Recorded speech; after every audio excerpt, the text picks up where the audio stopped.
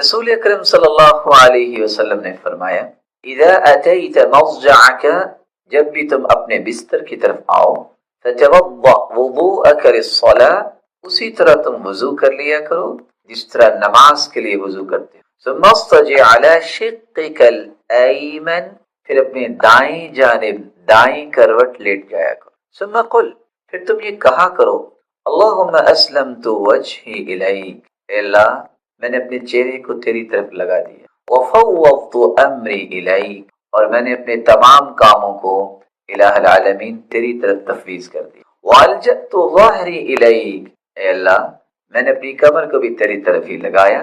رغبتا ورہبتا الیک، تیری جنت کی امید ہے اور تیرے عذاب کا خوف ہے. لا ملجأ ولا منجا منک الا الیک، میرے لیے کوئی ملجا و ماوا، کوئی نجات نہیں سوائے تیرے. اللہم آمنت بکتابک، اے اللہ میں تیری کتاب پر ایمان لاتا ہوں. الذی انزلت، جو تو نے نازل کی. وبنبیک الذی ارسلت، اور تیرے نبی کے ساتھ بھی میں ایمان لاتا ہوں جس کو تو نے مبعوث کیا. فإن مت من لیلتک فأنت علی الفطرہ. آخر میں رسول اللہ صلی اللہ علیہ وسلم نے خوشخبری سنی. میرے صحابی جب یہ الفاظ پڑھ لو گے فإن مت من لیلتک، اگر تمہیں اس رات موت آ جائے، فأنت علی الفطرہ، تمہاری موت فطرت پر آئے گی. وَاجْعَلْهُنَّ آخِرَ مَا تَتَكَلَّمُ بِهِ، اور رات سونے سے پہلے آخری کلمات تم یہی اپنی زبان سے ادا کیا. یہاں کی روایت ہے 198. دنیا کے اندر سب سے بہترین کلام 4 کلمات ہیں. میرے ساتھ دہرائیے گا، سبحان اللہ والحمد للہ ولا الہ الا اللہ واللہ اکبر. یہی وجہ ہے کہ صحیح بخاری کی روایت ہے یہ کلمات کوئی پڑھ لے رات اس کی آنکھ کھلے تو یہ کلمات پڑھ لے. اور ایک دوسری روایت میں ولا حول ولا قوت الا باللہ کے بھی الفاظ ہیں. یہ الفاظ پڑھنے کے بعد جو بھی دعا کریں گے اللہ ذوالجلال وہ دعا رد نہیں. میں آپ سے بھی کہوں کہ ہر چیز میں اللہ کی حکمت. ہو سکتا ہے رات کو آپ اٹھیں لائٹ نہیں ہے، مت پریشان ہو سکتا ہے کہ کسی کام کی غرض سے اٹھیں کہ میں نے تہجد پڑھنی، یا آپ کو یاد آ گیا کہ میں نے تو وضو نہیں کیا تھا اور نیند آ گئی، چلو وضو بنا کے دوبارہ سو. اٹھتے ہی آپ کی عادت بننی چاہیے اور خود لا شعوری تک یہ بات چلی جانی چاہیے، شعور سے کراس کر کے کہ میں نے یہ کرنا ہی ہے. جیسے کہ کچھ لوگوں کی عادت بنی ہو، ٹھیک آئے سوچے نہ سوچے کیا کہتے الحمدللہ. آپ اٹھیں الحمدللہ الذی احیانا بعدما اماتنا والیہ، الحمدللہ الذی رد علی روحی وعافانی فی جسدی وأذن لي بذکری، سبحان اللہ والحمدللہ ولا الہ الا اللہ واللہ اکبر. یہ کلمات پڑھیے اور دعائیں شروع کر دیں. اللہم اغفر لی، رب اغفر لی ولوالدی، اللہم اشفنی، اللہم اشفی امی، اللہم اشفی والدی، اللہم اشفی اولادی، اللہم اہدیم سبل السلام. جو دعائیں کرتے ہیں اللہم اکتب لی الفوز والنجاح فی الدنیا والآخرہ، اللہ دنیا اور آخرت میں میرے لیے کامیابیاں لکھ دے. جو دعا چاہتے ہیں وہ مانگ لیں، اللہ سے رد نہیں. رسول اللہ صلی اللہ علیہ وآلہ وسلم نے یہاں تک فرمایا کہ یہ افضل ترین کلمات ہی نہیں ہیں کیونکہ اس میں اللہ ذوالجلال کی تعریف، بلکہ یہ بے مثال عمل ہے. صحیح مسلم کی روایت 6843 سیدنا ابو ہریرہ رضی اللہ تعالی عنہ سے مروی ہے من قال حین یصبح وحین یمسی سبحان اللہ وبحمدہ 100 مرہ، جو شخص صبح اور شام 100 مرتبہ یہ کلمات پڑھ لیتا ہے، میرے ساتھ دہرائیے گا سبحان اللہ وبحمدہ. اللہ تعالیٰ کی تقسیم ہے نا کہ کچھ کلمات زبان پہ لائیں تو ابھی زبان ان کا نطق شروع نہیں کرتی کہ پورے جسم میں ایک خوشی کی لہر دوڑ جاتی، اور وہ اللہ کی تعریف، وہ اللہ کی رسول پر درود سبحان اللہ وبحمدہ 100 مرتبہ اگر کوئی کہہ دے لم یأتی احد یوم القیامہ بافضل مما جاء به الا احد قال مثل ما قال او زاد علیہ. قیامت کا دن ہوگا جب اعمال پیش ہو رہے ہوں گے تو 100 مرتبہ سبحان اللہ وبحمدہ کہنے والے کو جو اجر ملے گا یہ صرف اس کو ہی ملے گا، اس سے زیادہ اجر جس نے اس سے زیادہ پڑھا ہوگا، وگرنہ اس جیسا اجر کسی کے نصیب، کیونکہ اس میں اللہ کی تعریف۔ بلکہ صحیح مسلم کی روایت ہے 6847، رسول اللہ صلی اللہ علیہ وسلم نے فرمایا، سیدنا ابو ہریرہ رضی اللہ تعالی عنہ بیان کرتے ہیں، لَأَنْ أَقُولَ سُبْحَانَ اللَّهِ، رسول اللہ صلی اللہ علیہ وسلم کا فرمان ہے، لَأَنْ أَقُولَ سُبْحَانَ اللَّهِ وَالْحَمْدُ لِلَّهِ وَلَا إِلَهَ إِلَّا اللَّهِ وَاللَّهُ أَكْبَرُ أَحَبُّ إِلَيَّ مِمَّا طَلَعَتْ عَلَيْهِ الشَّمْسُ۔ اللہ اکبر۔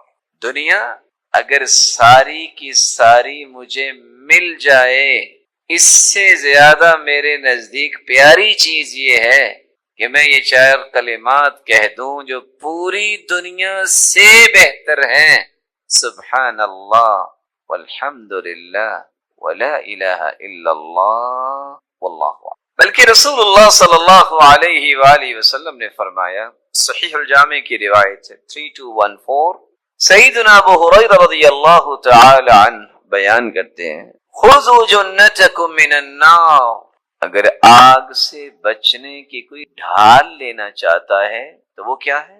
یہ کہہ دو، سبحان اللہ والحمد للہ ولا الہ الا اللہ واللہ اکبر۔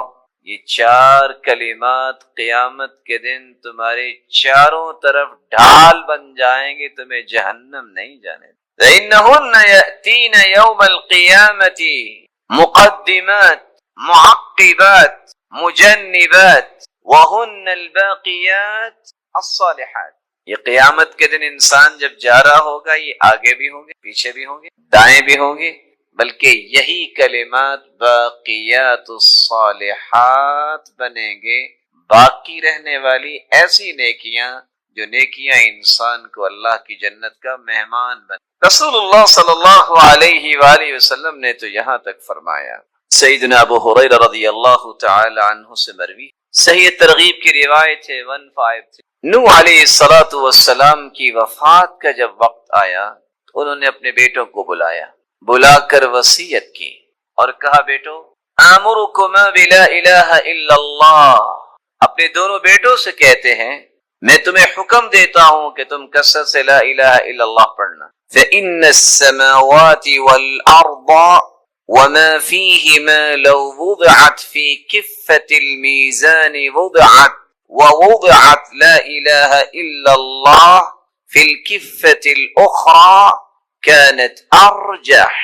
بیٹو اگر 7 آسمان 7 زمینیں 14 کے 14 طبق ترازو کے ایک پلڑے میں رکھے جائیں اور دوسرے پلڑے میں لا الہ الا اللہ رکھ دیا جائے تو یہ توحید کا کلمہ 14 کے 14 طبق سے بھاری ہو۔ وَلَوْ أَنَّ السَّمَاوَاتِ وَالْأَرْضَ كَانَتَا حَلْقَةً فَوُضِعَتْ لَا إِلَهَ إِلَّا اللَّهُ عَلَيْهَا لَفَصَمَتْهَا أَوْ لَقَصَمَتْهَا وَآمُرُكُمَا بِسُبْحَانَ اللَّهِ وَبِحَمْدِهِ فَإِنَّهَا صَلَاةُ كُلِّ شَيْءٍ وَبِهَا يُرْزَقُ كُلُّ شَيْءٍ۔ میرے بیٹوں میں آپ کو ایک دوسری چیز کی نصیحت بھی کرتا ہوں کہ تم لا الہ الا اللہ کے ساتھ ایک کلمہ اور پڑھا کرو، سبحان اللہ وبحمدہ، سبحان اللہ وبحمدہ۔ اس کلمے سے کیا ہوگا؟ فإنها صلاة كل شيء، ہر چیز کی نماز یہی کلمہ ہے۔ قرآن مجید میں اللہ فرماتے ہیں وَإِن مِّن شَيْءٍ إِلَّا يُسَبِّحُ بِحَمْدِهِ وَلَكِن لَّا تَفْقَهُونَ تَسْبِيحَهُمْ۔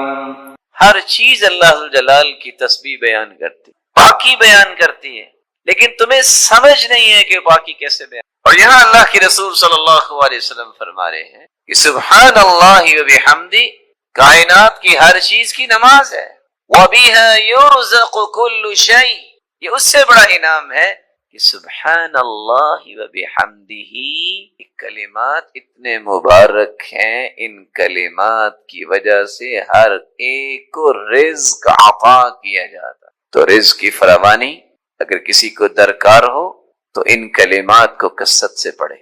بلکہ صحیح ترغیب کی ایک روایت ہے 1564، سیدنا انس بن مالک رضی اللہ تعالی عنہ بیان کرتے ہیں جاء رجل بدوی الى رسول اللہ صلی اللہ علیہ وسلم، ایک دیہاتی شخص آیا اللہ کے رسول صلی اللہ علیہ وسلم۔ آج کتنے لوگ اس بات پہ پریشان ہوتے ہیں کہ مجھے دیہاتی نہ کہیں۔ یاد رکھنا دیہاتی میں دو وصف ہیں، یہ سیدھے ہو جائیں تو ان جیسا سیدھا کوئی نہیں، کیونکہ ان میں تکلف نہیں ہوتا، اور اگر ان کے مزاج میں اکھڑا پن آ جائے تو ان جیسا کوئی ضدی بھی نہیں ہوتا۔ الاعراب اشد کفرا ونفاقا، لیکن اللہ ذوالجلال جن کو ہدایت دے دے وہ پھر مثالی بنتے۔ قرآن مجید کی تلاوت یہ ایسی سعادت ہے، ایسی خوش نصیبی ہے، یہ ملتی اس کو ہے جو اللہ کا پیارا ہوتا ہے۔ ویسے تو نصاب اللہ کے رسول نے بیان کیا اقرأ فی 40، صحیح الجامع کی روایت ہے کہ 40 دن میں قرآن ختم ہونا چاہیے۔ صحابی نے کہا میں تو اس سے زیادہ پڑھنا چاہتا ہوں، آپ نے فرمایا اقرأ فی 30، چلو مہینے میں ختم کر۔ کہا نہیں، اللہ کے رسول اور جی چاہتا ہے، فرمایا اقرأ فی 20، 25 اور 20 دن کا تذکرہ کیا، پھر 15 اور 10 دن، پھر فرمایا 7 دن میں مکمل کرو، پھر فرمایا اقرأ فی 3، 3 دن میں پڑھو، اور 3 دن میں جو پڑھتا ہے وہ قرآن کو سمجھتا نہیں۔ اور ساتھ صحیح الجامع کی روایت ہے ان استطعت، اگر تمہاری طاقت ہے تو تم 3 دن سے بھی کم عرصے میں قرآن مکمل پڑھ سکتے۔ اگر قرآن مجید رمضان میں بھی ہم نہیں پڑھیں گے تو پھر کب پڑھیں گے؟ میں نہیں آپ کو منع کروں گا، میری کیا ضرورت ہے کہ آپ جیسے محترم لوگوں کو میں بھائیوں کو منع کروں؟ آپ ڈان اخبار پڑھا کریں، ہو سکتا ہے کوئی تبدیلی آپ لے آئیں اس کو پڑھنے سے، آپ نوائے وقت جنگ جو ہے وہ دیکھا کریں، لیکن ان تینوں سے پہلے وہ خبریں پڑھا کریں جو اللہ نے اتاری ہیں۔ وہ کون سی خبریں ہیں؟ وہ قرآن ہے، جو دستور ہے، جو آئین ہے۔ ان اللہ یرفع بہذا الکتاب اقواما ویضع بہ آخرین، جس قرآن کی وجہ سے قوموں کو عزت ملتی ہے اور ملی، اور اس قرآن کو چھوڑ دینے سے ہی قومیں پستی کا شکار ہو جاتی۔ اس لیے معمول بنائیے، اپنے ٹائم اس طرح کے بنائیے۔ میں نے زندگی میں ہر روز صبح کی نماز کے بعد سب سے پہلا کام کرنا ہے تو قرآن پڑھنا ہے۔ دیکھیے کہ آپ کی زندگی میں برکت کتنی آتی ہے۔ اور یہاں مجھے ایسے مبارک چہرے نظر آ رہے ہیں جن کی عمر اللہ تعالیٰ نے 60-70 سے زائد رکھی ہے۔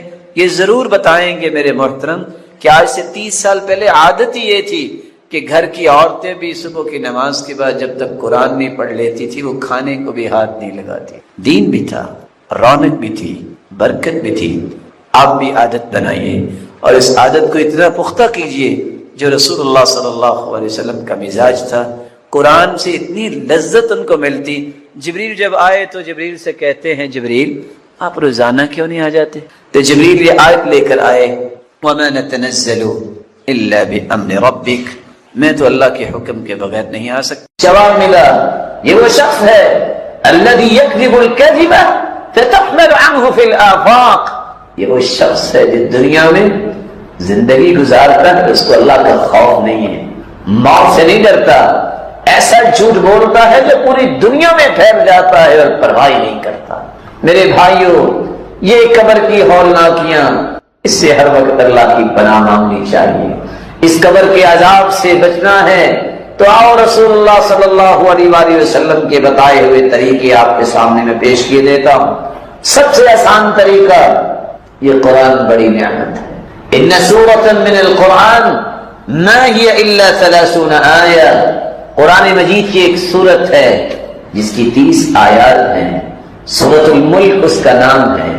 جو اس کو پڑھ لیتا ہے ہی المانعۃ من عذاب القبر، یہ عذاب قبر سے محفوظ کروا دیتی ہے۔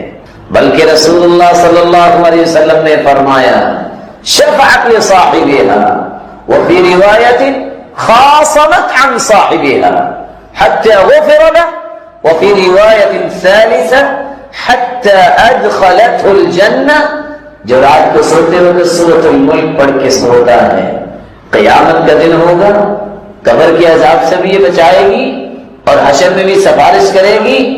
سفارش ہی نہیں کرے گی جب تک جنت میں داخل نہیں کروا دے گی، سفارش چھوڑے گی نہیں۔ میرا جی چاہتا ہے کہ میں آپ بھائیوں سے چھوٹا سا مشورہ بھی کر لوں، کر لیا جائے۔ کون کون ہے آپ میں سے جو چاہتا ہے کہ اللہ مجھے عذاب قبر سے بچائے؟ اللہ سب کو بچا لے۔ آپ سورۃ الملک تو پڑھتے ہی ہوں گے ماشاءاللہ۔ کون کون پڑھتا ہے؟ ہاتھ تو کھڑا کیجیے. جو میرے بھائی نہیں پڑھتے آج کے بعد وعدہ کرتے ہیں کہ پڑھا کریں گے. دیکھیے میرے بھائیوں، آخر گھر میں کام کاج تو انسان کرتا ہی ہے نا، ٹی وی کھول کے تو بیٹھتا ہی ہے نا. اور کتنی سعادت مندی ہے، 30 آیتیں پڑھ لے. چلو میں ایک دوسرے طریقے سے بات کی وضاحت کرتا ہوں. عشاء کی نماز کے بعد اگر ایک شخص آپ کا دروازہ نوک کرے اور جو ہی آپ دروازے پہ نمودار ہو، آپ کے ہاتھ میں انویلپ دے، انویلپ میں کیا ہو؟ صرف 13,000 بیڈی ہو، نیند آئے گی؟ بولے. اس کو پکڑنے کے بعد انسان کو نیند آئے گی؟ بلکہ سوچے گا کون تھا، کدھر سے آیا تھا، فون نمبر اس کا مل جاتا، بڑا کمال کا بندہ تھا، 13,000 مجھے بحرینی دینار دے گیا. نیند آئے گی؟ یہ نظر آتے ہیں نا. من قرأ حرفا من کتاب اللہ فله به حسنہ والحسنۃ بعشر امثالها لا اقول الف لام میم حرف بل الف حرف ولام حرف ومیم حرف.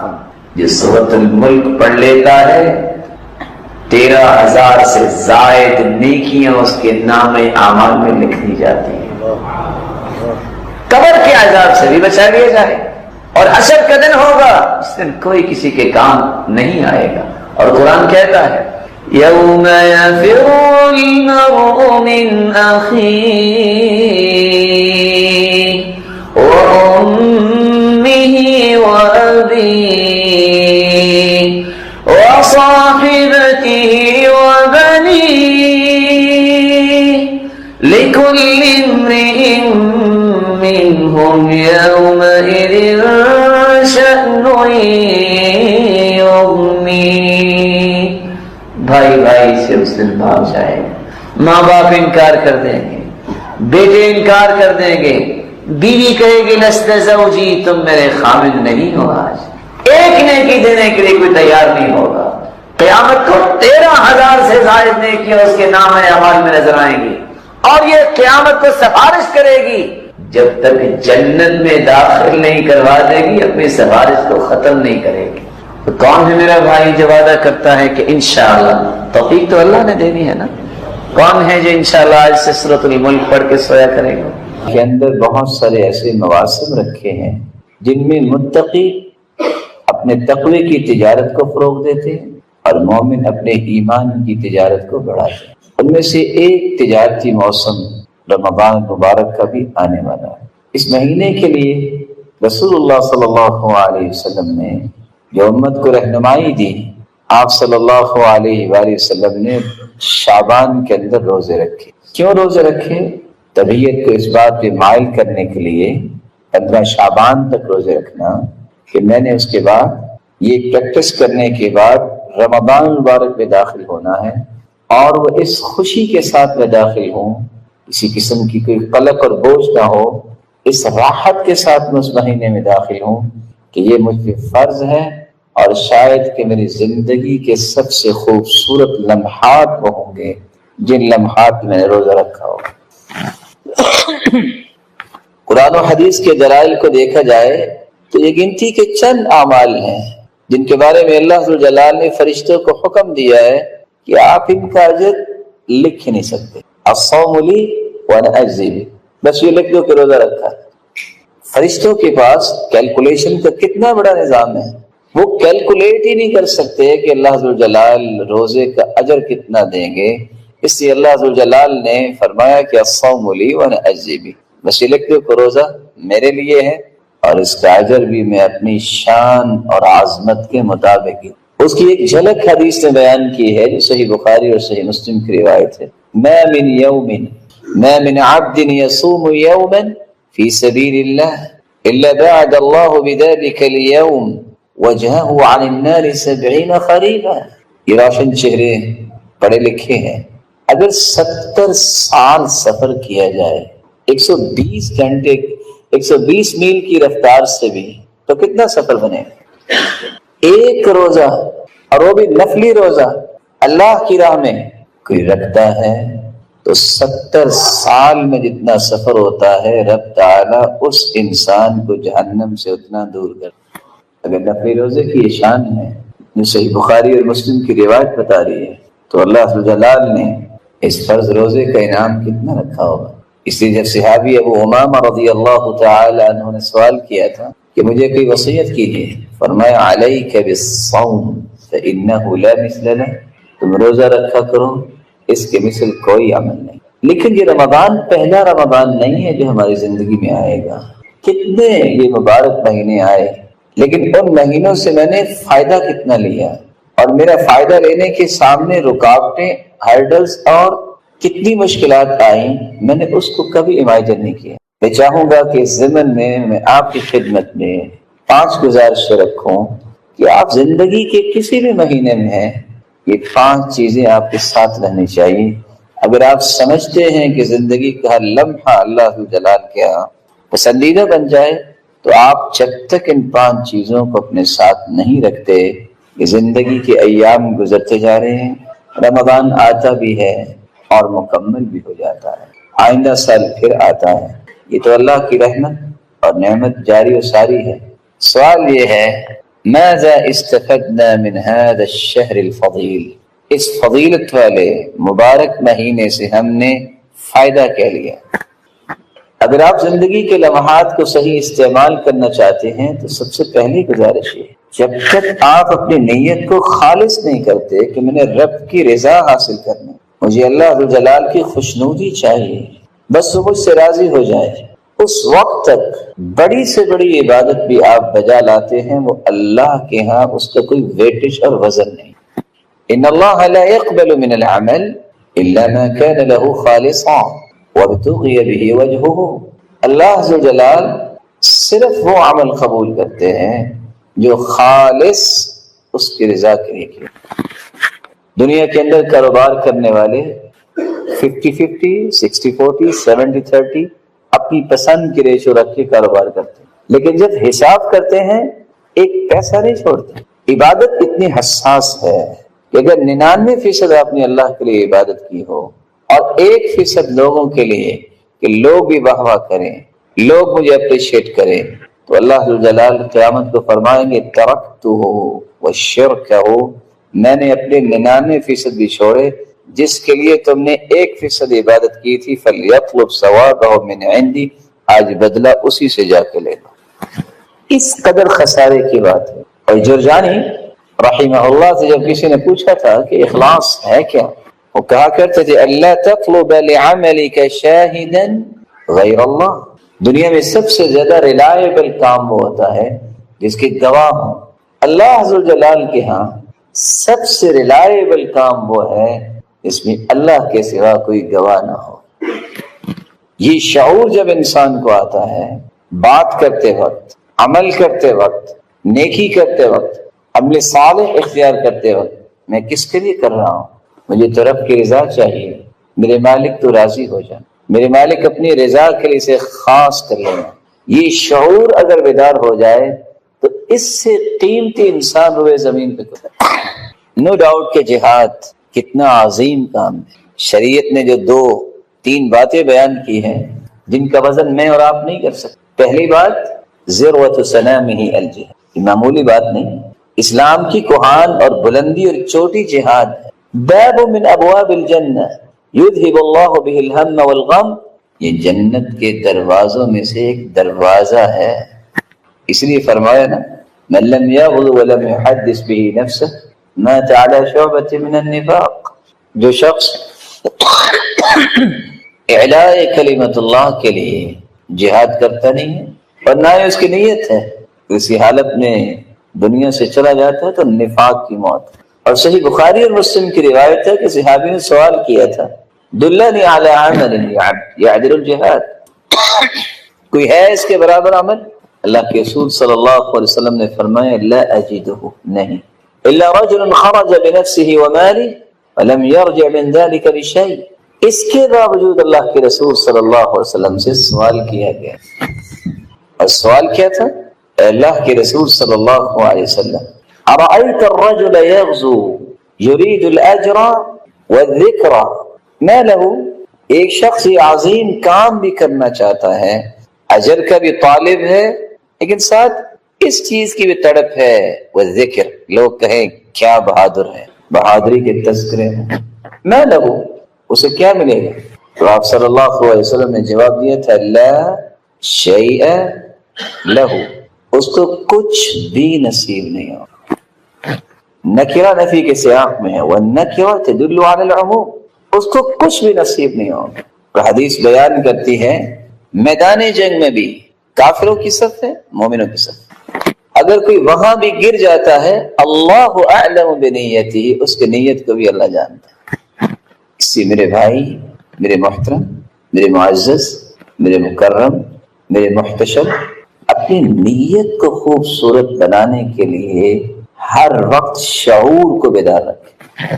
عمر جیسے رضی اللہ عنہ وہ کیا کہا کرتے تھے؟ اللہم اجعل عملی کلہ صالحا واجعلہ لوجہک خالصا ولا تجعل فیہ لأحد نصیبا، اللہ میرے ہر عمل کو صالح بنا، سنت کے مطابق یہ صالح عمل، وجعلہ لوجہک خالصا، اللہ اپنی رضا کے لیے اسے خالص بنا، ولا تجعل فیہ لأحد نصیبا، اللہ کسی کا حصہ نہ رکھنا۔ یہ شعور جب انسان کو نصیب ہو جائے، ایم اللہ، اللہ کی قسم، جو پھر عبادت میں لذت نصیب ہوتی ہے بندے کو، وہ انسان تصور نہیں کر سکتا۔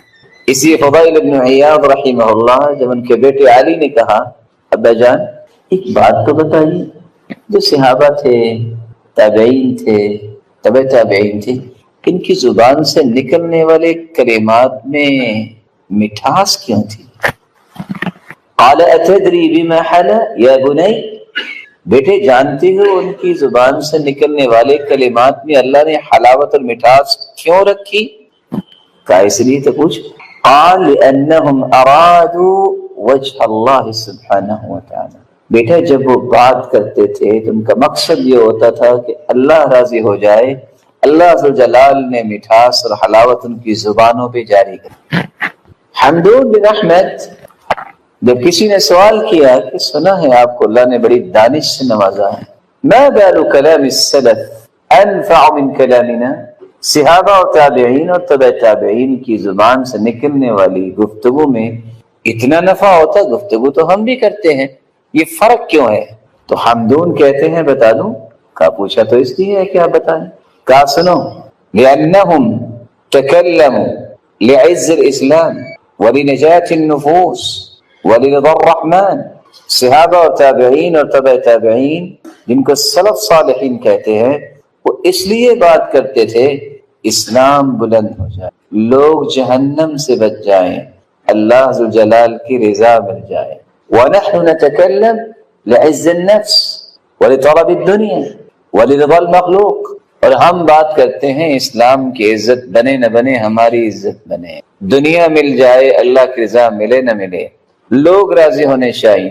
جب گفتگو الگ ہے تو نتائج بھی تو الگ ہے۔ تو میں پھر کہنا چاہوں گا اپنی نیت کو اللہ کی رضا کے ساتھ جوڑیے، وہ جب راضی ہو جاتا ہے تو پھر اس طرح راضی کرتا ہے کہ جو میری عقل اور آپ کی عقل وہاں تک سفر نہیں کر سکتی۔ یحییٰ بن معاذ رحمہ اللہ جب کسی نے سوال کیا کہ آپ کو اللہ نے بڑا فہم عطا کیا ہے، مخلص کی کوئی نشانی بتائیے جس کو ہم اختیار کر لیں، کب مخلص بنتا ہے؟